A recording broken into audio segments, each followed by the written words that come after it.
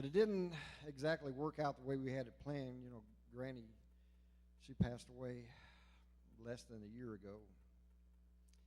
And so we told Don that, man, you know, you're up there in your age and Granny's gone.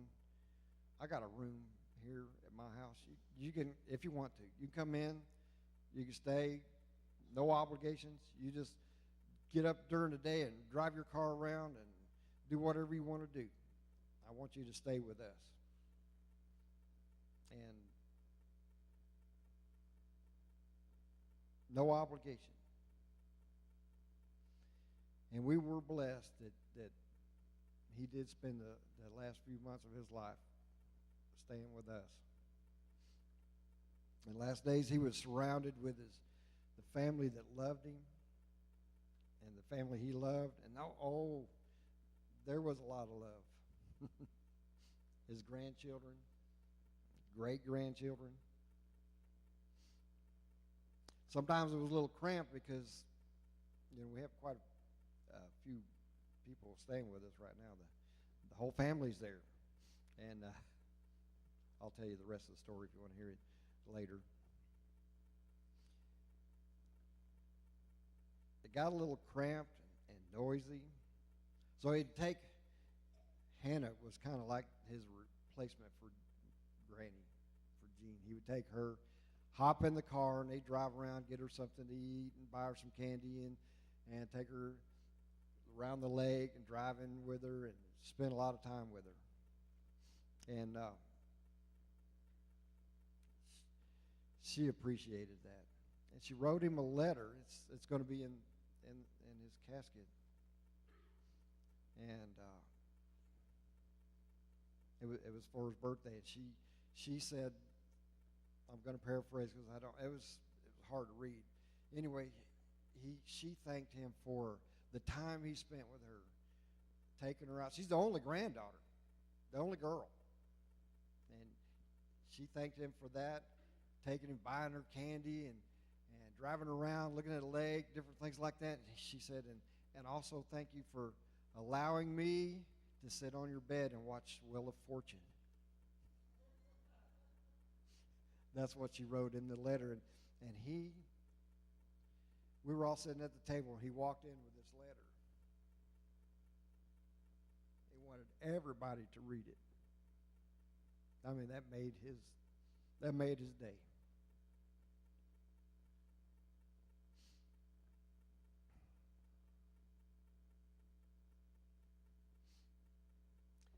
Well, I could go on, but I'm taking up too much time right here. So all I can say is, Don, we're going to greatly miss you, and you will never be forgotten. I don't think Brenda's going to say something, and then I have a letter from Brittany. I'm like Brother Wallace. I can't write it down because there's just too much in my head and my heart's too heavy. But I love my dad. And he was one of those type of people that tried to stay with that kind of macho kind of thing. He really didn't ever say, I love you.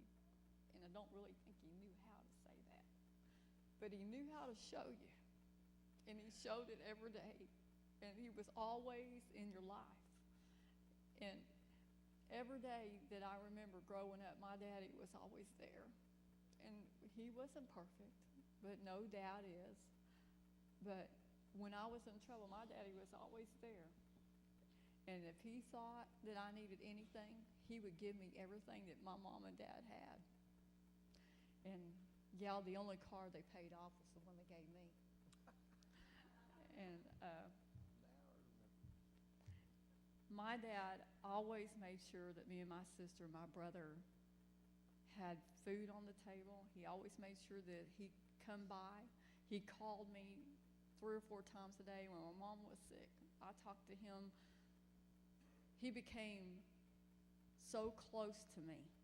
And when he came to live with us, we became even more close. Yeah, there was a few fights.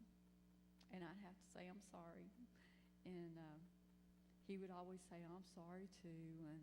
And we when we got in a fight, he was always, I'm just going to go get me an apartment. I said, well, Daddy, I said, who's going to take care of you? Well, I'm a big boy. I can take care of myself. I said, well, Daddy, who's going to feed you? Well, okay, well, I guess I'm going to stay here. And then every morning, religiously, every morning, my dad, he would meet me at the table. Well, what are you doing today? What's for dinner? It was like a drill every morning. And I would get so upset with him. I said, Daddy, that's not the first thing I'm thinking about when I come to the table in the morning. It's what you're going to eat at night. Well, you don't have to get all mad about it. I would say, it's not that I'm mad. I said, it's just I don't think that clearly first thing in the morning. He told Warren, he says, well, I learned that you don't talk to Brenda that early in the morning, especially what we're eating at night. I said, yeah, Daddy, I'm a lot like you. You know, my dad, he kept an Uncle David book. Me and Aunt Linda was talking about that. Everything was religious about Uncle David. If there was a problem, Uncle David had an answer. And we used to kid him all the time. If Uncle David could write a book, and it could be the Bible, you would carry it around every day. And he would have that answer. All we would have to do is say, what do we do? And he said, wait a minute, Uncle David knows. And that was every day. He'd go in there and call Uncle David, and he'd come right in there. Now, Warren, you know that new lawnmower you got, David's already tested all that stuff, and he knows how to work it. We used to get laugh so much when Daddy would come in there and tell us everything about Uncle David. First, it was, Mama didn't cook it like that. You're not cooking it right. Let me tell you how to do it. I said, well, Daddy, did you ever see her cook it like that? No. Well, how do you know? Well, I just watched. I said, yeah. I said, he would tell me in the morning time. I said, Daddy, just fix you a sandwich for lunch. He would say, oh, I don't know what to eat. I'm just not. I said, so you can't even throw a piece of lunch meat on a piece of bread? Well, he got mad at me. Well, just don't have to worry about me. I'll just go down to the Lubies. I said, okay, Daddy. Or Ranch Hand. But my daddy, he loved everybody. He loved his grandchildren. He loved me and my sister. The only thing I regret, I guess, is that I didn't tell him as much as I should have how much I loved him. And I did love him. And all my cousins, he tried to take the place of their parents when their parents were gone. He'd drive all the way to Centerville to check on my cousin because he loved her so much. Him and my mom always said, well, pray for Cherie and Rhonda and Lisa. Rhonda and Donna. And we were always praying for them. My daddy loved all his family. And we just loved having my dad with us because we got to know him better. But I know that the devil thinks that he won. I know he thinks he won. But the day my daddy died, my daddy told me every day since my mom died that he was sick. He didn't feel good. And I tried to get him to go to the emergency room, tried to get him to go to the doctor. That morning, he came in there, and he was happy. He didn't say one word about feeling bad. He just come up to me and asked me what I was doing, and I told him, and he said he was going to meet my Uncle David, and he went in there and called Aunt Linda. And he just got off the phone with her. And if anybody knows my daddy is scared of everything. He lived in terror. But my dad was calm. He was happy. He sat up in his chair right after I got off the phone, and he was calm as could be, and he said, Brenda, I think I'm having a heart attack. Just like that, just as calm as can be. And I run in there, and he was already gone. And I was like, I just couldn't believe that was happening because he was not scared. It was like he knew that day that he was entering in to something he had been waiting for the last year. And every day he would tell me, you know where all the stuff is if something happens. And I'd always tell him, Daddy, I don't want to talk about it.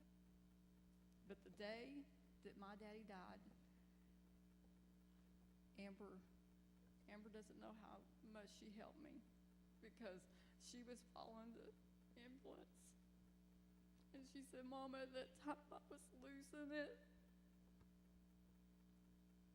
And she said, I heard my granny singing. I heard her stand up and sing to me, and she was singing All Is Well With My Soul. And I said, okay, Lord, I needed to hear that. I don't know everything God thinks. I don't know how everything, but I know that my God loved me and my family, and I knew he loved my daddy, and we had a promise. And I don't care what the devil thinks. I don't care if he thinks that he took something and he made it something horrible. I believe my God came through for us, and I'm not gonna say anything else. And I believe my daddy is up there with my mama right now.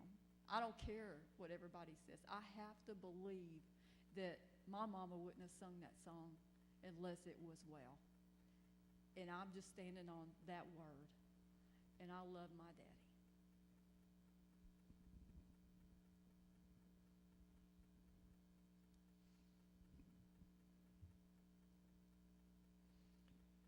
Yeah, I'm going to miss him.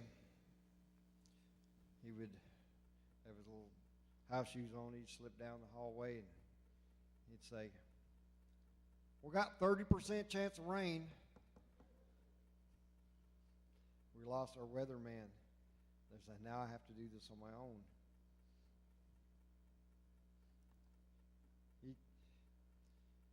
He was a special person. I have a letter from my daughter, Brittany. I'm going to attempt to read this. She says, Pawpaw, I'm not sure how to even start this letter to you. I guess because it's so final, and I thought you would have given me a little more time before you left me too. Maybe that's where I get my lack of patience from. As a kid, I remember all the times you spent with me. You sure did like to buy your grandkids candy, cookies, and ice cream, even down to the great-grandchildren. I guess that's why the only thing I could do when I left the hospital after you died was to go and buy candy for all the kids. That's all I knew that I could do at that moment. You always knew how to make us feel special. We're talking about the grandchildren. Loved his grandchildren. He would light up whenever they'd enter the room. So one time particularly, I have to read this. This is going to be hard. One time particularly, Dad was getting on to Caden for being too spoiled because he wanted to eat out every time. And you told Caden, come on, I'll get you some. You told Caden, come on, I'll take you to get you something to eat. Dad, trying to prove his point, when you went to put on his shoes, says, Dad trying to prove his point, when you went to put on your shoes, says, Caden, don't think this is because you are special. Paul, when he had come back into the kitchen, you told Caden, now, Caden, I'm taking you to the Whataburger to get you a kid's meal because you are special.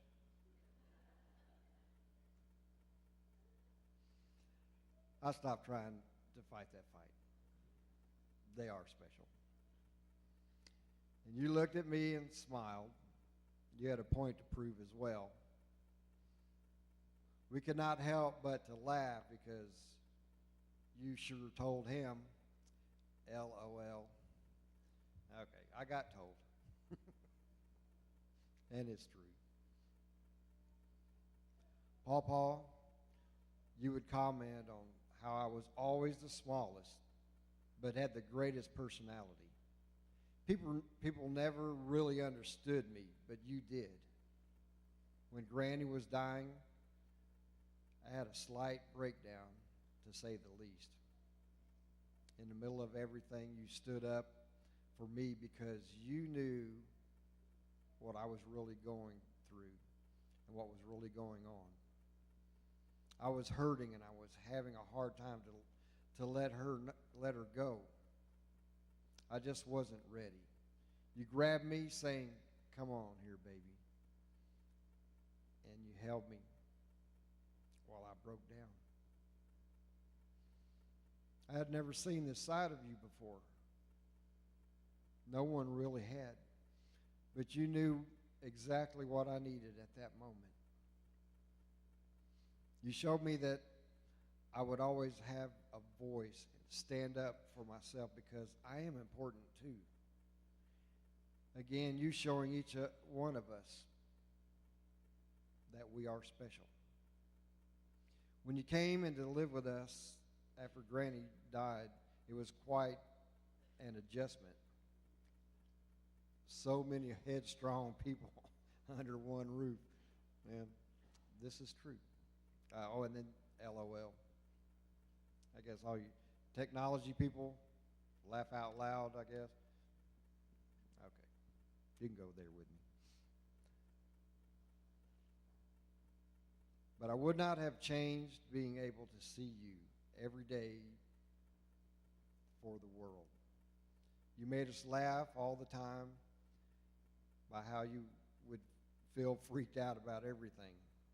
LOL. Like the fridge always needed to be cleaned out. You always worried about the weather and made sure everyone was in a safe place because OMG. How about this? OMG. What if there was a tornado?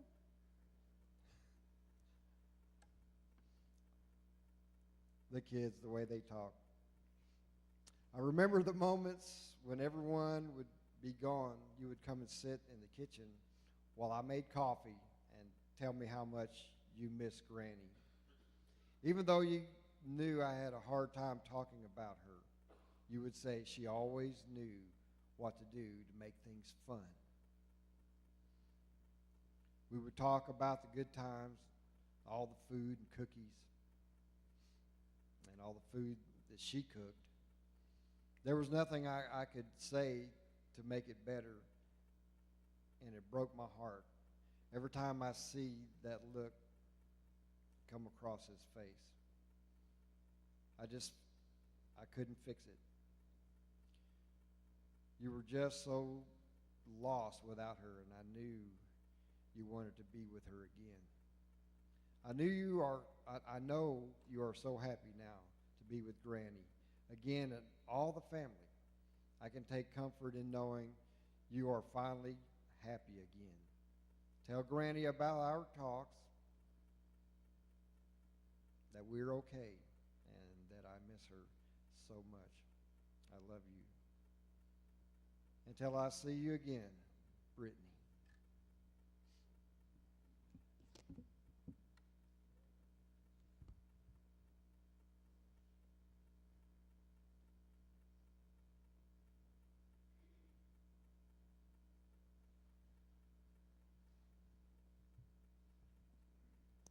Today I want to honor my dad for all the things that he gave me that no one ever saw.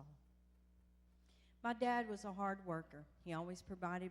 He gave us a roof over our head, food in our stomach, and clothes to wear. He was not a rich man, and sometimes things were hard for him to provide for his family.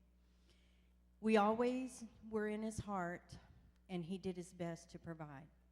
When I was about 6 months old, I got pneumonia, and I was in the hospital.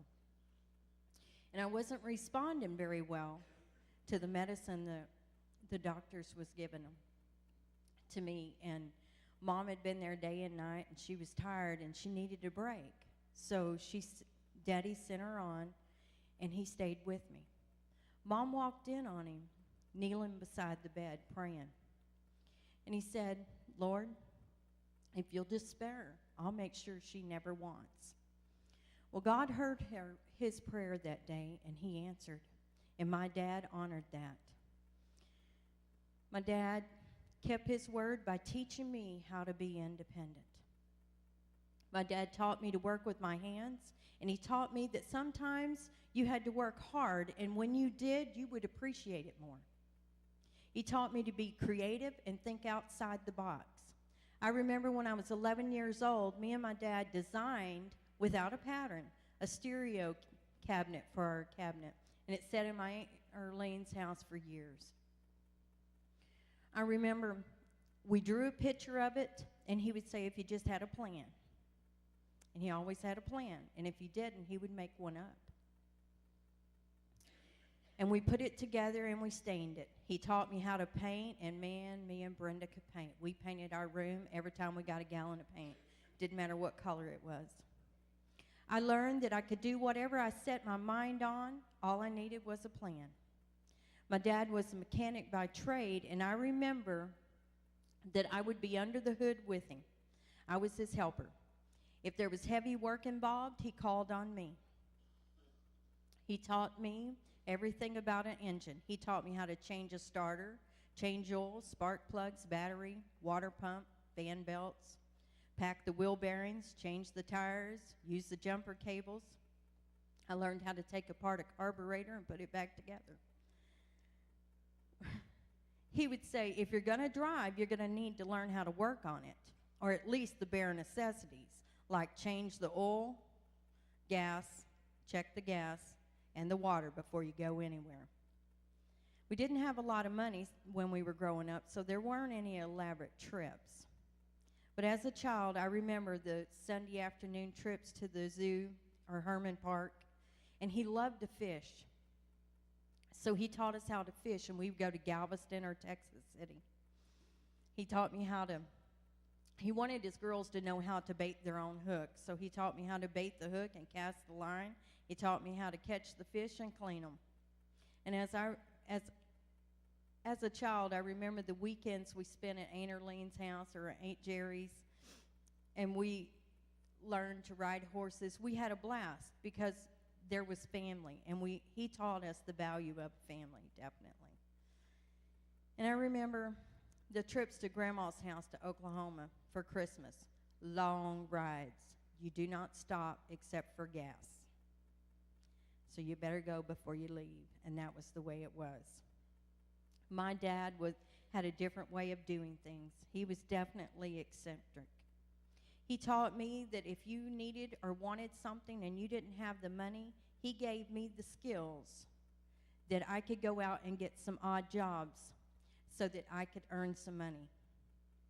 He bought me my first lawnmower, and I created the first lawn care service in our neighborhood. I took care of all the ladies and cut their grass and pulled their weeds, and I had my first business at the age of 11.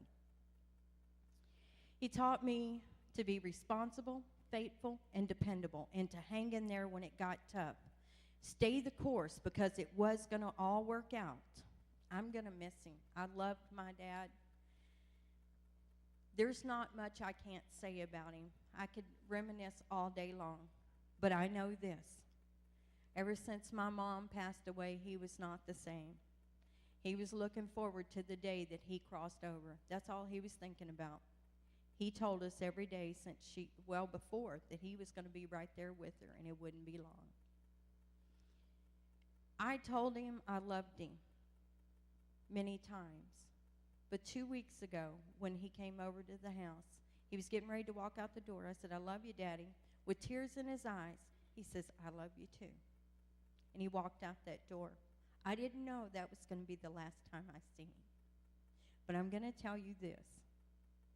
You're sitting here today. If you have a loved one that you know and you don't have any way of knowing their last day, but you know that they don't know where they're going, make it your business to tell them. My dad knew what I knew. I never missed a beat. I always lived it in front of him, and I made sure he understood what I knew. On that great day when we are all called up home and we stand before that great judge, my dad will not stand there and say, no one told me, because he knew. I made it my business. I love my dad, and I'm putting him in the hands of the Lord because I serve a merciful and a great God. But I love all you too, and I'm telling you, God is getting ready to come.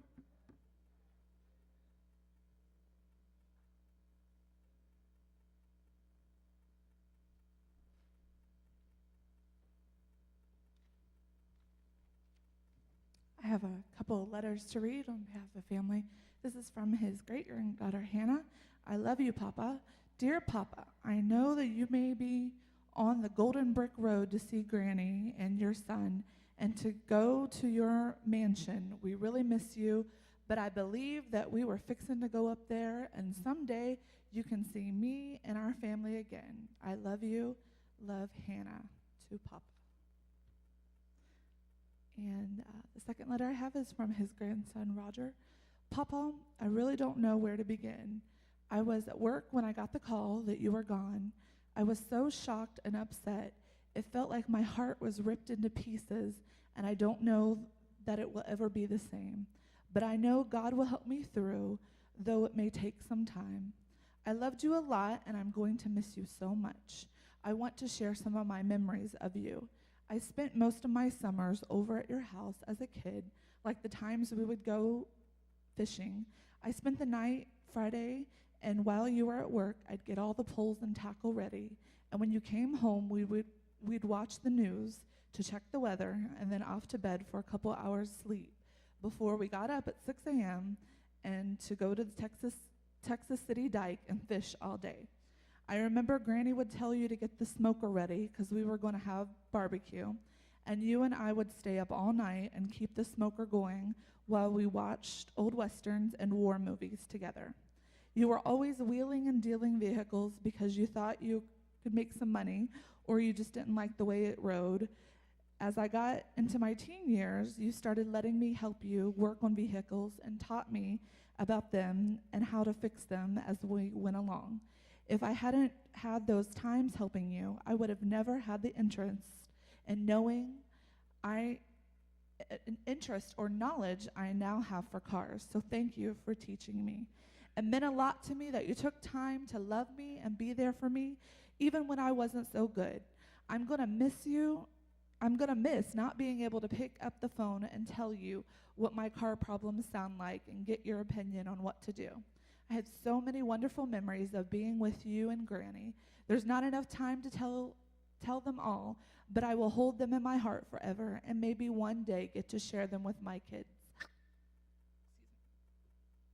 I want you to know that you are a huge part of my life growing up, and good times and a few bad and rough times, but I will always cherish these memories. Say hi to Granny for me and give her a kiss and hug from us. We know it hurt you when she left us, but now you're together again. Papa, I'll always remember you, and I'll miss you forever. I love you, your grandson, Roger.